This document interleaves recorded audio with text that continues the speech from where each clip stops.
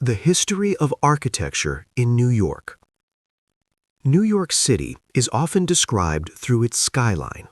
Tall buildings, dense blocks, and familiar landmarks dominate how the city is imagined. However, the architectural history of New York was not shaped by spectacle alone. It developed gradually through regulation, land values, materials, and routine decisions. Much of what defines New York's built environment exists not because it was meant to impress, but because it was practical at the time it was constructed. This is the history of architecture in New York, presented without drama. Early settlement and practical construction. Before New York was New York, it was New Amsterdam. In the 17th century, the settlement consisted of modest structures built for trade and defense. Buildings were constructed using locally available materials. Wood was common, brick was used selectively. Construction techniques reflected European traditions adapted to new conditions. Buildings were low-rise, streets were narrow, density was limited. There was little architectural planning beyond immediate necessity. When the British took control in 1664, construction practices changed slowly. The city grew incrementally. Fires were frequent, prompting gradual shifts toward brick construction. Architecture remained utilitarian. The grid and its consequences. In 1811, New York adopted the Commissioner's Plan. This plan imposed a grid system on Manhattan north of present-day Houston Street. Streets and avenues were laid out in a regular pattern, largely ignoring topography. The grid was not designed for aesthetics, it was designed for efficiency. It simplified land division, it facilitated real estate development, it made property easier to buy, sell, and tax. The grid limited architectural variation at the street level. Buildings adapted to rectangular lots.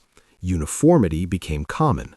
This decision shaped New York's architecture more than any individual building. Row houses and early density. During the 19th century, New York's population increased rapidly. Row houses became a dominant residential form. They were narrow, attached, and later.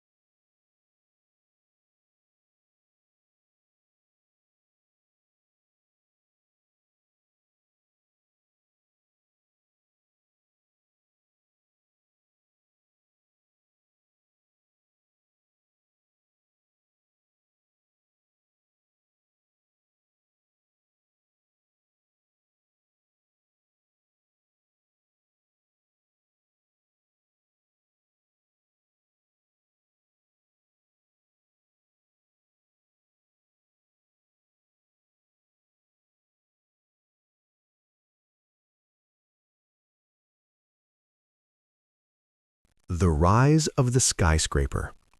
The late 19th century introduced new building technologies.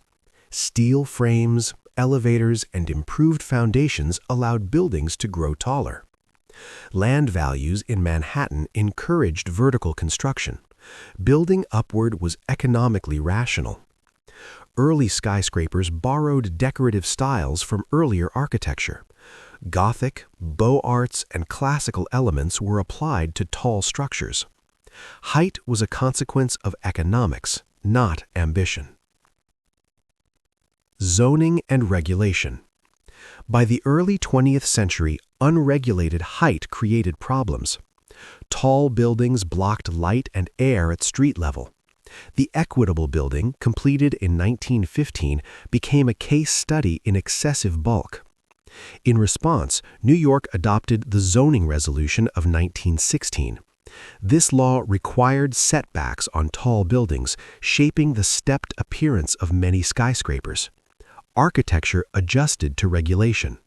The skyline became a product of law as much as design. Art Deco and standardization. During the 1920s and 1930s, Art Deco became a popular architectural style. Buildings such as the Chrysler Building and Empire State Building are often highlighted as iconic. However, most Art Deco buildings in New York were ordinary offices and apartments. They followed zoning rules, used similar materials, and emphasized efficiency. Decoration was applied within constraints. Public housing and institutional design. The mid-20th century introduced large-scale public housing. These developments prioritized function, cost, and density.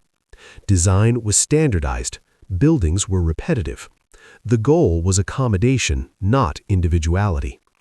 Many institutional buildings followed similar principles. Post-war office architecture. After World War II, architectural priorities shifted. Glass curtain walls became common. International-style buildings emphasized simplicity and uniformity. Corporate offices favored efficiency and modular design. The visual character of Midtown changed accordingly. These buildings reflected organizational needs rather than civic ideals. Preservation and continuity. By the late 20th century, older buildings faced demolition. Preservation movements emerged in response. Landmark designation became a tool to manage change.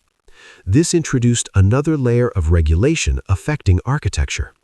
New buildings had to respond to historical context as well as zoning. Contemporary New York architecture. Modern construction in New York continues to reflect economic and regulatory conditions. Luxury residential towers prioritize views and floor area. Affordable housing projects prioritize cost and compliance. Materials and forms vary, but constraints remain consistent. Conclusion. The architecture of New York was not shaped by a single vision. It emerged through incremental decisions, regulations, and economic pressures. Most buildings were designed to meet immediate needs. They became symbolic later. This is not a story of constant innovation. It is a story of adaptation. This is boring history. That is the point.